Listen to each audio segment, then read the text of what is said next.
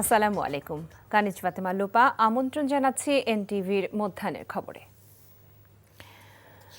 বাংলাদেশে জুলাই আগস্টে ছাত্র জনতার আন্দোলন চলাকালে দমনপীড়নে অংশ না নিতে বাংলাদেশ সেনাবাহিনীকে সতর্ক করার পর সরকার পরিবর্তন হয় বলে জানিয়েছেন জাতিসংঘ মানবাধিকার বিষয়ক হাই কমিশনার ভলকার তুর্ক। সম্প্রতি বিবিসি ওয়ার্ল্ড সার্ভিসের হার্ট টক অনুষ্ঠানে জাতিসংঘের কার্যকারিতা তুলে ধরতে গিয়ে তিনি একথা বলেন। ফারুক হোসেনের রিপোর্ট। বিবিসি ওয়ার্ল্ড সার্ভিসের জনপ্রিয় পডকাস্ট অনুষ্ঠান হার্ট টক, যেখানে প্রশ্নের মুখোমুখি করা হয় বিশ্বের ক্ষমতাধর ও দায়িত্বশীল ব্যক্তিদের। অনুষ্ঠানটির শেষ প্রচারিত পর্বে অতিথি হিসেবে ছিলেন জাতিসংঘ মানবাধিকার প্রধান ভলকার তুর্ক। অনুষ্ঠানে তাকে বিশ্বের সংকটাপন্ন বিভিন্ন দেশের মানবাধিকার নিয়ে প্রশ্ন করা হয়। গাজা, সুদান, ইউক্রেন সহ বিশ্বের বিভিন্ন ইস্যুতে জাতিসংঘকে ক্ষমতাহীন মনে হচ্ছে বলে জানান বিবিসির ওই পডকাস্ট অনুষ্ঠানের উপস্থাপক স্টিফেন সাকার। জাতিসংঘের কার্যকারিতার পক্ষে যুক্তি দিতে ভলকার তুর্ক তুলে ধরেন বাংলাদেশের জুলাই আগস্ট গণ অভ্যুত্থানে জাতিসংঘ মানবাধিকার প্রধান হিসেবে তার নিজের ভূমিকার কথা। বলেন, বাংলাদেশ সেনাবাহিনীকে তিনি সতর্ক করেছিলেন, দমন পীড়নে যদি তারা জড়িয়ে পড়ে তাহলে শান্তিরক্ষা মিশনে অংশগ্রহণ থেকে বাদ পড়বে। এর ফলেই বাংলাদেশে ক্ষমতার পট পরিবর্তন ঘটে। আমি গত বছরের বাংলাদেশের উদাহরণ দিচ্ছি। জুলাই আগস্টে সেখানে ছাত্রদের ব্যাপক বিক্ষোভ হয় আন্দোলন দমনে, তখন ব্যাপক নিপীড়ন চলছিল। তাদের জন্য বড় আশার জায়গা ছিল। আমরা প্রকৃতপক্ষে সেনাবাহিনীকে সতর্ক করি, যদি তারা এতে জড়িত হয় তার অর্থ দাঁড়াবে তারা হয়তো আর শান্তিরক্ষী মিশনে সেনা পাঠাতে পারবে না। এর ফলে আমরা পরিবর্তন দেখলাম। এ সময় প্রফেসর ইউনূসের তথ্যানুসন্ধান দল পাঠানোর বিষয়টি উল্লেখ করে তিনি বলেন, ছাত্রদের সহযোগিতা করায় তারা আমাদের প্রতি খুব কৃতজ্ঞতা জানায়।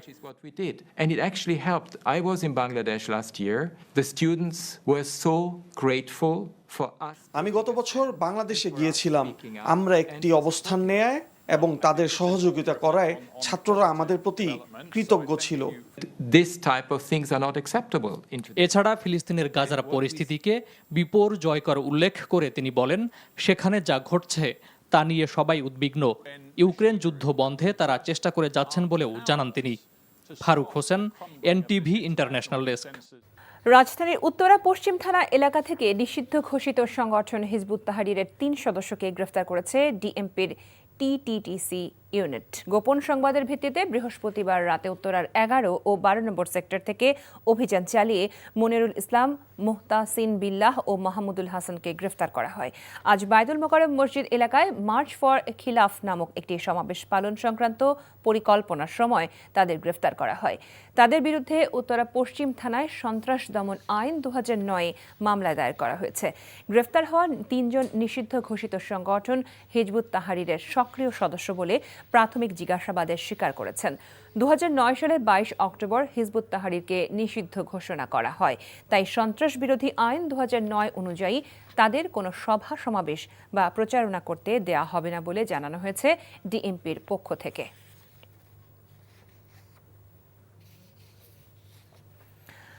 রাজধানীর বায়তুল মোকাররম মসজিদ এলাকায় আছেন সহকর্মী মইদুল ইসলাম। সরাসরি আমরা তার কাছে চলে যাচ্ছি। মইদুল, নিষিদ্ধ সংগঠন হিজবুত তাহরীরের ঘোষিত কর্মসূচি ঘিরে আইন শৃঙ্খলা রক্ষাকারী বাহিনীর তৎপরতা আপনি কেমন দেখতে পাচ্ছেন? আর বাদ জুমা তাদের কোনো পরিকল্পনা বা কর্মসূচি আছে কিনা, কি তথ্য জেনেছেন আপনি?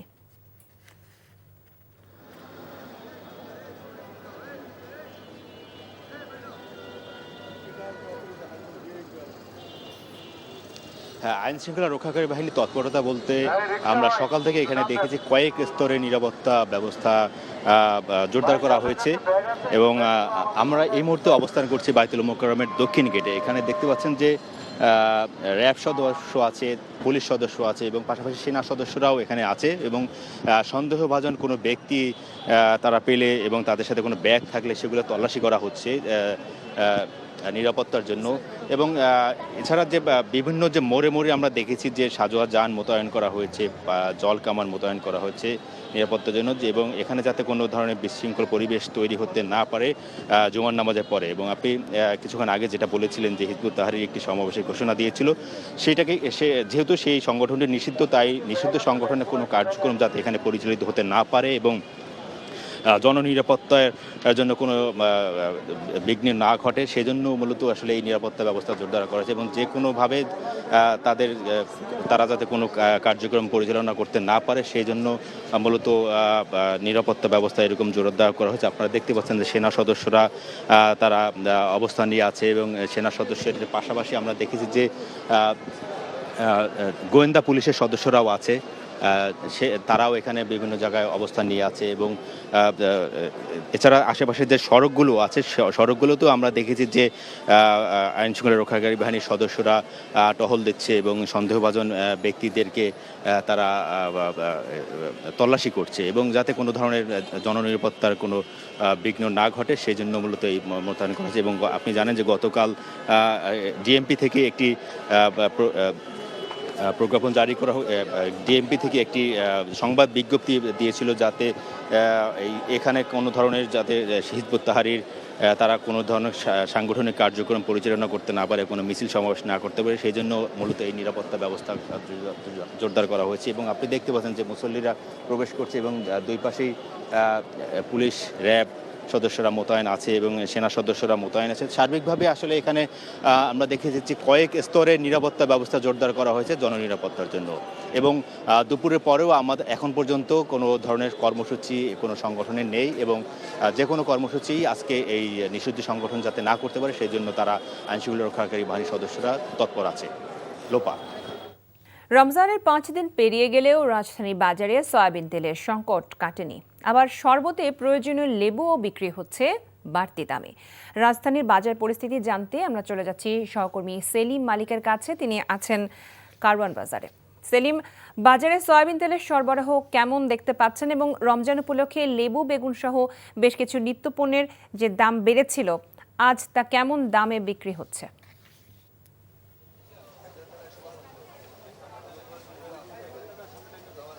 লোপা, যদি বলা হয় যে নিত্যপণ্যের বাজারে এই রমজানে কিছুটা স্বস্তি বলা যেতে পারে, কারণ রমজানের শুরুতে যে পরিমাণ দাম বেড়েছিল বা একটা অস্বস্তি দেখা দিয়েছিল সেটি কিন্তু সময় গড়ানোর সঙ্গে সঙ্গে কিন্তু দামটা কিন্তু কমে আসছে। বিশেষ করে যদি আমি বলি ছোলার দাম, গত কয়েকদিন আগেও কিন্তু যে ছোলা বিক্রি হয়েছে 110 টাকা কেজি দরে, সেটি কিন্তু এই সপ্তাহে বিক্রি হচ্ছে 100 টাকা কেজি দরে। এছাড়া আপনার সয়াবিন তেলের যে সংকটটা ছিল সেই সংকট কিন্তু আজকে আমি বাজারে এসে দেখতে পাচ্ছি কিছুটা নিরসন হয়েছে বলে বলা যেতে পারে। আমি একজন ব্যবসায়ীর সাথে কথা বলবো, আপনি বলবেন যে সয়াবিন তেলের বাজারে কি পরিমাণ স্বস্তি ফিরে আসছে? এখন আগে চেয়ে অনেকটা স্বস্তি ফিরে আসছে, এখন তেল স্বাভাবিকভাবে পাওয়া যাইতেছে, এখন কোনো তেলের কোনো সংকট নাই বর্তমানে। আচ্ছা, আর ছোলার বাজার? সোলার বাজার ভালো, সোলার বাজার আগের থেকে অনেক কমে গেছে। আগে তো মনে করেন আমরা 120 থেকে 110, 10 থেকে 105 এরকম, এখন 100 টাকা হিসাব আছে। ধন্যবাদ। শুধু সয়াবিন তেল এবং ছোলা নয়, এদিকে কিন্তু আপনার সবজির বাজারে যদি বলি, লেবু এবং বেগুনের দামটা কিন্তু কিছুটা বাড়তি বলা যেতে পারে। যদিও বেগুন এক সপ্তাহে বিক্রি হচ্ছে 110 থেকে 120 টাকা কেজি দরে। এছাড়া আপনার 60 থেকে 100 টাকা হালিতে বিক্রি হচ্ছে আপনার লেবু। এছাড়া কিন্তু আমি দেখতে পাচ্ছি যে এবং পেঁয়াজের দরটা কিন্তু বেশ খানিকটা কমেছে। এই সপ্তাহে কিন্তু পেঁয়াজ বিক্রি হচ্ছে 10 টাকা কমে 35 থেকে 40 টাকা কেজি দরে। এছাড়া চালের দামটা যদি বলি, চাল কিন্তু কিছুটা দাম বেড়েছে, বিশেষ করে মিনিকেট চাল কিন্তু 4 টাকা বেড়ে এই সপ্তাহে বিক্রি হচ্ছে 84 টাকা কেজি দরে। এবং পাইজাম এবং স্বর্ণা চাল সেটি কিন্তু 1 থেকে 2 টাকা বেড়েছে।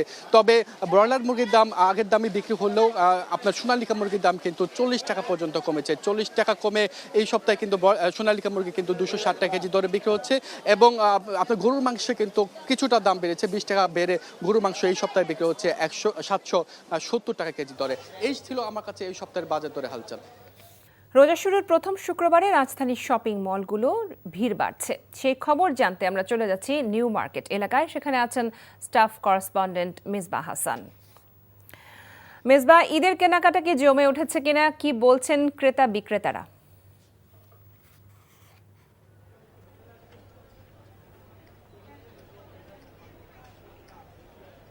লোপা আসলে রমজানের প্রথম শুক্রবার, প্রথম ছুটির দিন, সে হিসাবে সকাল থেকে কিন্তু নিউ মার্কেট এলাকা আমরা দেখেছি যে আসলে ক্রেতাদের বেশ সমাগম।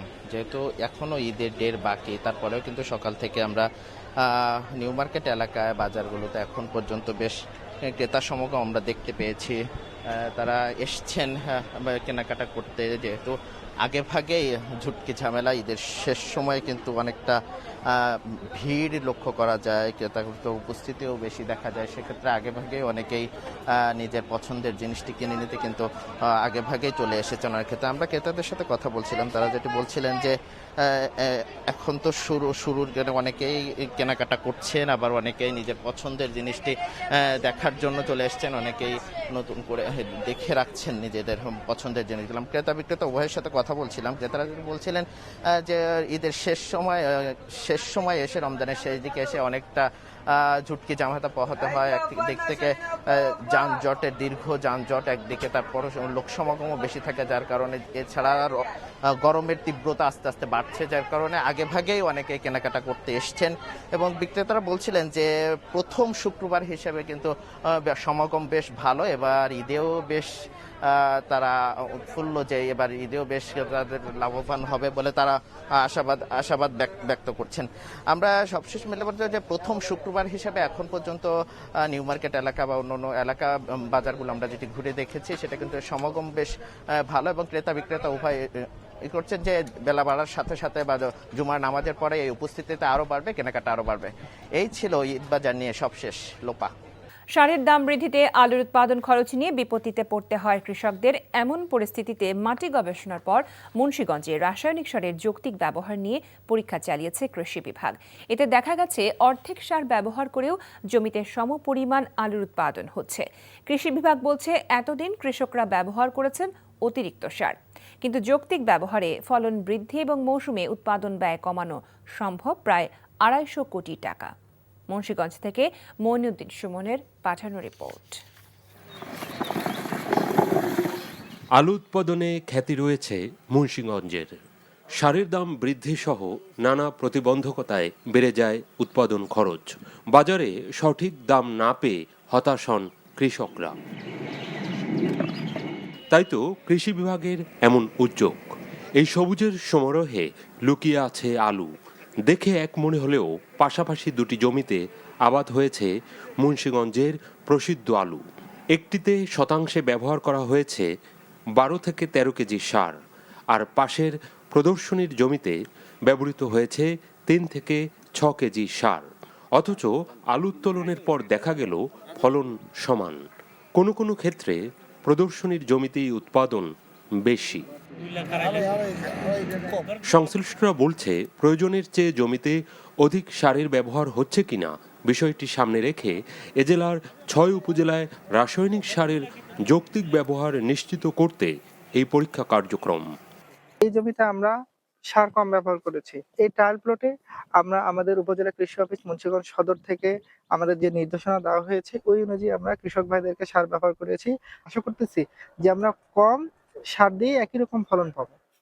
এ অবস্থায় রাসায়নিক সারের যৌক্তিক ব্যবহার পদ্ধতিতে চাষাবাদে আগ্রহী হয়ে উঠছে কৃষকরা। আগামী বছর আমরা ইনশাল্লাহ কম সার দিয়ে ব্যবহার করব। আমার প্রতি কেজিতে দেখা গেছে 2 টাকা 3 টাকা ডিফারেন্স হয়ে যাবে, খরচ কম হইব।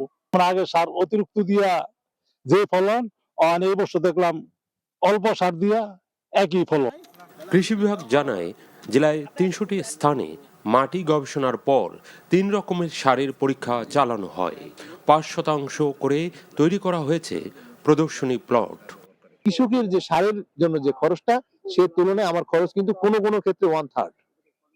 এইটা যদি আমাদের আজকে আলু আপনারা দেখেছেন, আমরা যদি 150টার এরকম ভালো রেজাল্ট পাই, তাহলে আমার মনে হয় যে আমরা এটা শুধু মুন্সিগঞ্জ না সারা দেশে ছড়িয়ে দিলে আমাদের সারের ভর্তুকি বাবদ আসলে বিশাল একটা সাশ্রয় হবে। আমার হিসাব শুধু মুন্সিগঞ্জ জেলায় আমাদের সারের ভর্তুকিতে 250 কোটি টাকা সাশ্রয় করা সম্ভব। মুন্সিগঞ্জ সদরে 150টি প্লটে চলছে এ গবেষণা কার্যক্রম। NTV news desk. চ্যাম্পিয়ন্স ট্রফির ফাইনালের ম্যাচ অফিসিয়ালদের তালিকা প্রকাশ করেছে। আইসিসি অনফিল্ড আম্পায়ারের দায়িত্ব পালন করবেন ইংল্যান্ডের রিচার্ড ইলিং উথ ও অস্ট্রেলিয়ার পল রাইফেল দুজনেই আইসিসি এলিট প্যানেলের আম্পায়ার। এ নিয়ে টানা তৃতীয় আইসিসি টুর্নামেন্টের ফাইনালে থাকছেন ইলিং উথ। গত 2023 ওয়ানডে ও 2024 টি-20 বিশ্বকাপে ফাইনালেও ম্যাচ পরিচালনা করেন তিনি। এই আসরের সেমিফাইনালেও ফিল্ড আম্পায়ার হিসেবে দেখা গেছে অভিজ্ঞ দুই আম্পায়ারকে। তৃতীয় ও চতুর্থ আম্পায়ার হিসেবে থাকবেন যথাক্রমে ওয়েস্ট ইন্ডিজের জোয়েল উইলসন ও শ্রীলঙ্কার কুমার ধর্মসেনা। ম্যাচ রেফারির দায়িত্ব পালন করবেন শ্রীলঙ্কার রঞ্জন মাদুগালে। আগামী রোববার শিরোপা নির্ধারণী ম্যাচে মুখোমুখি হবে ভারত ও নিউজিল্যান্ড। এই ছিল মধ্যাহ্নের খবরে। এই খবরে ভিডিও সহ আপডেট জানতে ভিজিট করুন এনটিভি অনলাইন www.ntvbd.com। এছাড়াও এনটিভির জনপ্রিয় সব অনুষ্ঠান ও খবরের আপডেট জানতে ভিজিট করুন আমাদের ইউটিউব ও ভেরিফাইড ফেসবুক পেজ। 2টায় দুপুরের খবর দেখার আমন্ত্রণ রইল। সবাইকে ধন্যবাদ।